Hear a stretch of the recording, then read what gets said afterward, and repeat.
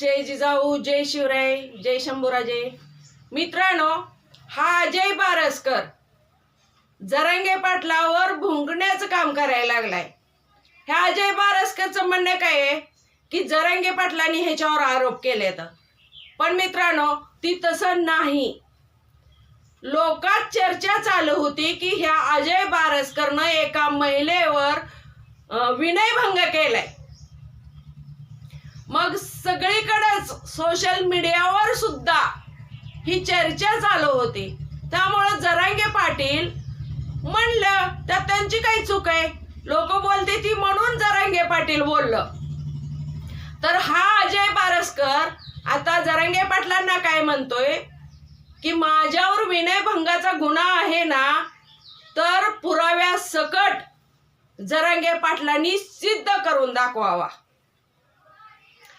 तर माझं म्हणणं माझा प्रश्न आहे त्या अजय बारसकरला की अजय बारसकर, तू गेलाय ना आता कोर्टात, तू जरांगे पाटलावर भुंकायचं काय काम आहे? ती कोर्ट म्हणाल ना जरांगे पाटलांना पुरावे द्या, पुराव्यासकट सिद्ध करा. तू गेलाय ना कोर्टात, तुझं तोंड शिवायचं आता. एक शब्द सुद्धा जरांगे पाटलाबद्दल काढायचा नाही. ती कोर्ट, न्यायाधीश आणि जरांगे पाटील. तू गेलाय ना कोर्टात, तर कोर्टात त्यांचं काय होईल ते होईल.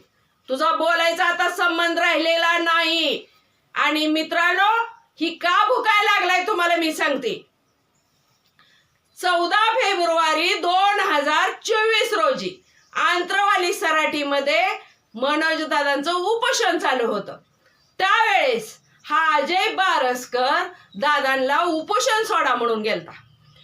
तर हा काय म्हणत होता, दादा मी तुकाराम महाराजाचा निरोप घेऊन आलोय आणि तुकाराम महाराजांनी तुम्हाला उपोषण सोडायला सांगितलंय आणि तुकाराम महाराज सुद्धा 14 दिवस उपाशी होते, असा हा अजय बारसकर म्हणत होता. पण दादा त्यावेळेस कुणाचंच ऐकण्याच्या मनस्थितीत नव्हतं. कारण का की दादांना मराठी समाजाला आरक्षण मिळवून द्यायचं होतं, किंवा मराठी समाजाची लेकरं बाळ वणवण करत फिरते ती. आणि 70 वर्ष ह्या लोकांनी मराठीच्या लेकरांचं वाटोळं केलंय, आरक्षण भेटू दिलं नाही. म्हणून जरांगे पाटील, मनोज दादा उपोषण सोडायला तयार नव्हतं. त्यातही आला वट मारायला, मी तुकाराम महाराजाचा निरोप घेऊन आलोय, तुकाराम महाराजांनी तुम्हाला सांगितलंय उपोषण सोडायला, दादा मी आळंदीवरनं आलोय. मग दादा त्यावेळेस ह्याला काय म्हणलं, ए होय माग, ती तसलं मला सांगू नको. माझ्या समाजाच्या लेकरांचं वाटोळं झालंय आणि वाटोळं व्हायला लागलंय. मला ती तसलं सांगायचं नाही, मला सगळं कळतंय, तर देव धर्म सगळं कळतंय. तू मला सांगा बिंगायची काय गरज नाही, चल होय मागा. हा राग त्या अजय बारसकरनं मनात ठेवला आणि तेव्हापासून ह्याला असं डच डच डच डच करत होतं जरांगे पाटलाबद्दल. आणि तीच राग मनात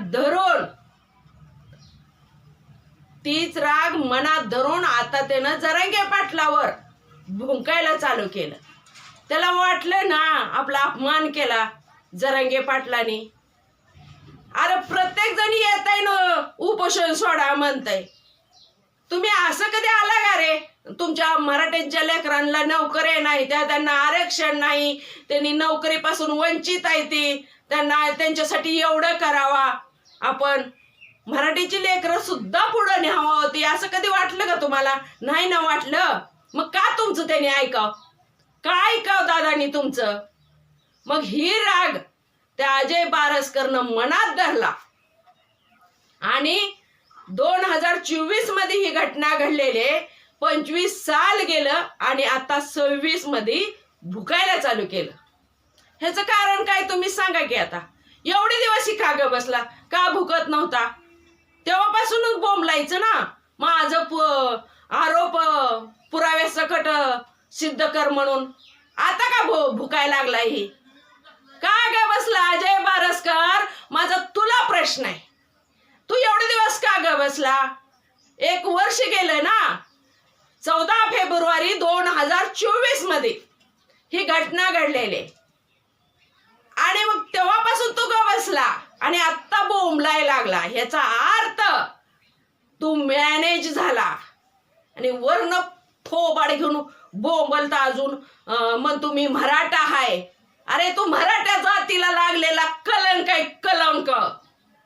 अरे आमच्या तरी लेकरा बाळांचं वाटोळं करू नका ना. तुमच्या चॅनल लढणं होत नाही ना तर आमचा पाय तरी वाढण्याचा प्रयत्न करू नका.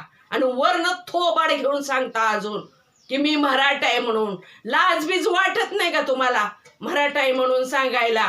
जर मराठा हाय तर मग समाजाची लेकरं पुढे न्यायचं बघा ना तुम्ही. असं दुसऱ्या जातीला मॅनेज होऊन तुम्ही आपल्या जातीच्या विरोधात भुंकत सुटता. आणि ती प्रामाणिक नेतृत्व आहे, त्याला कलंक लावायला निघाला. आणि अजय बारसकर, तुला मी पुन्हा एकदा सांगते, तू गेलाय ना कोर्टात जरांगे पाटलांच्या विरोधात. ती कोर्ट, न्यायाधीश, आमचा न्यायदेवतेवर विश्वास आहे. ती कोर्ट, न्यायाधीश आणि जरांगे पाटील ती बघून घेतेली. कोर्ट सांगेल ना त्यांना पुरावा आणा, पुराव्यासह सिद्ध करा. तू आता बोंबलायचं नाही. अजय बारसकर, तुझी वाचा बसव. तुला आत्ता मी गोडीत सांगते. जय शिवराय.